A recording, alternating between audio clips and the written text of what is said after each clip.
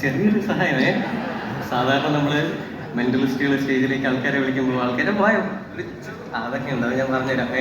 ചെറിയൊരു കാര്യം, ചെറിയ പരിപാടി, ചെറിയൊരു ചാത്ത സേവ പോലെ ഒരു പരിപാടിയാണ്, ചേട്ടൻ്റെ പരിചയമുള്ള പരിപാടിയാണ്.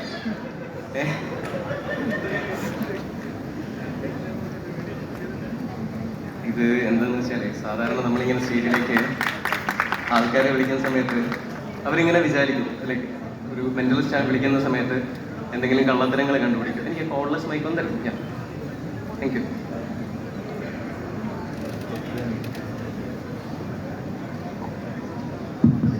സാധാരണ ആൾക്കാരിങ്ങനെ വിചാരിക്കും എന്തെങ്കിലും കള്ളത്തരം അങ്ങനെ എന്തെങ്കിലുമൊക്കെ കണ്ടുപിടിക്കും. ഞാനങ്ങനെ ക്രൂലായിട്ടുള്ള മെന്റലിസ്റ്റ് ഒന്നുമില്ല. നമ്മൾ ഈ ചെറിയ പരിപാടികൾ, പണ്ടത്ര കാമുകിമാരുണ്ടായിരുന്നു അങ്ങനെ.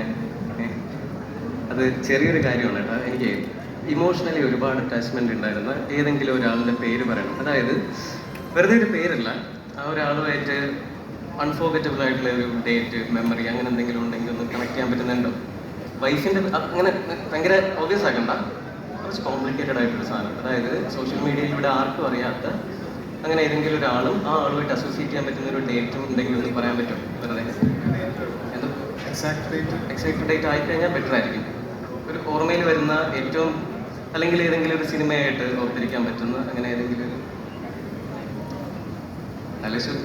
പെട്ടെന്ന് പറയുമ്പോഴേ ആരുടെയെങ്കിലും ബർത്ത്ഡേയോ അങ്ങനെ വളരെ വേണ്ടപ്പെട്ട ആരുടെയെങ്കിലും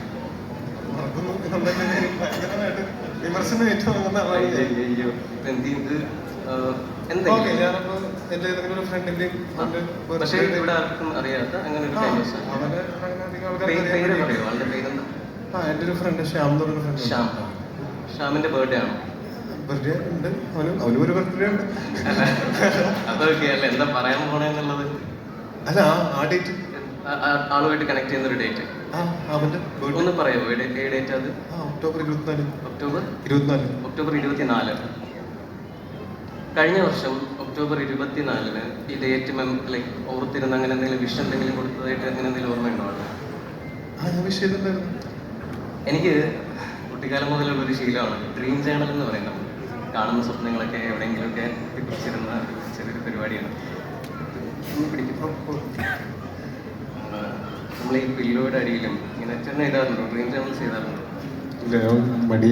എനിക്ക് വേണ്ടിയിട്ടേ ഇതൊന്ന് ഉറക്കെ എല്ലാവർക്കും വേണ്ടിയിട്ടൊന്ന് വായിച്ചു കൊടുക്കും. ഉറക്കെ വായിച്ചു. I was in a dream when suddenly I heard someone calling my name.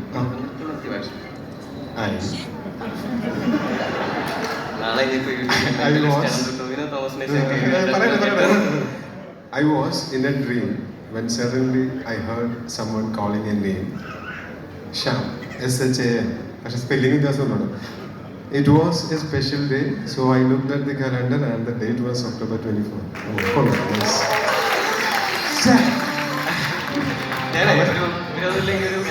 Thank you so much.